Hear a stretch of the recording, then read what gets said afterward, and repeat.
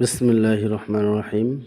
বারজের B, আলিফে জের, জালে জজম, ইদ বিইদ, নুনে জের নি, বিইদনি, রর জবর পার তাশরিদ রব, বারজের বি, রব্বি, হার জের মিমে জজম, হিম, রব্বি হিম।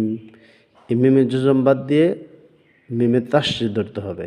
হার জের মিমে তাশরিদ, হিম, রব্বিহিম, মিমে জের, নুনে জজম, মিউ, নুন সাকিনের পরে কাফ আসছে। কাফ হচ্ছে ইকফার কায়দা।